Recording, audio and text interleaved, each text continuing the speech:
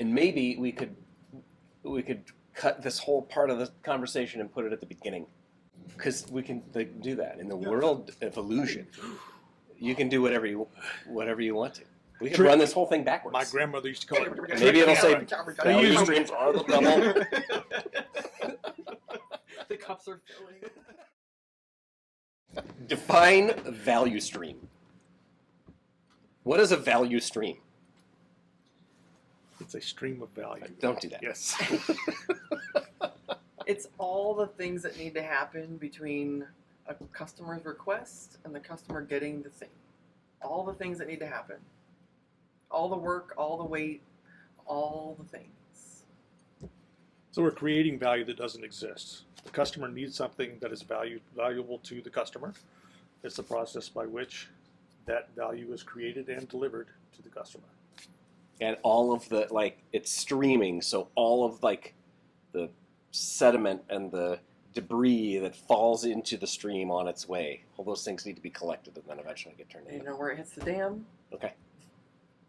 I have a couple more questions about this, but maybe we should save that for another episode. Stay about tuned. the value stream. The value stream, yes, stay The tuned. Benefit Creek. Sure. Stay tuned. And cut. Your value streams in your organization are not obvious and sort of up for debate. Isn't that weird?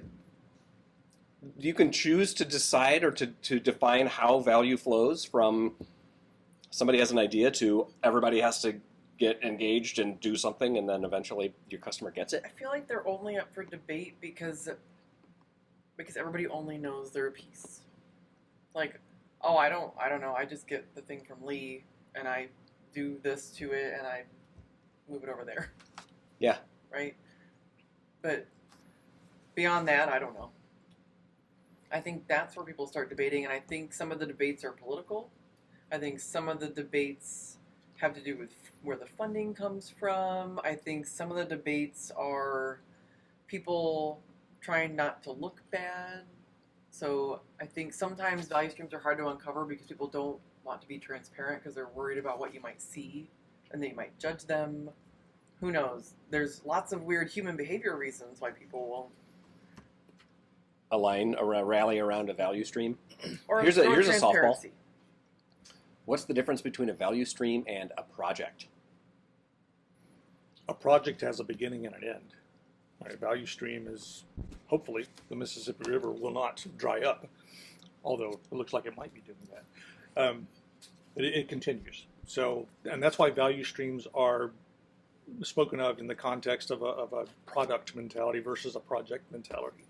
The idea being that a product has an infinite life, or at least an unknown lifespan, hopefully a long one, and value to that product will be continually provided by that value stream.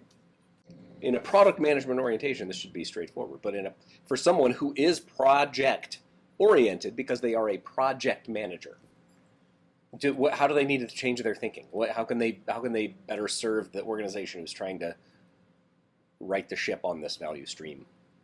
If I can mix metaphors. You say all that, and now I'm picturing the value stream is long-lived, and now we're going to shove all these projects in. We're going to start them all at the same time, and now they've clogged up the entire stream. Yeah, like the Suez Canal. Because they're big barges.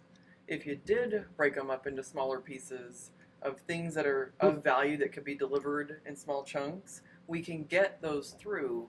But if you start 17 projects, it's going to take forever to finish 17 projects. Yeah. You've started too many at once. You're still going to clog it up, even if you break them all down. Yeah, and also, in most cases, if you have a project, success is delivering the project at the end. Yeah. So you don't get anything until you get everything. Mm-hmm. So when we talk about a value stream, it's not a stream where this big monolithic chunk of value floats down. The part of that concept is that value is continually being streamed to the customer. Smaller pieces they can use. So it ties in well with other agile concepts like user stories and being able to MVPs and that sort of thing. Then the project only becomes a way to bundle up the work, right? It's a way of organizing Or unbundle. Or unbundle.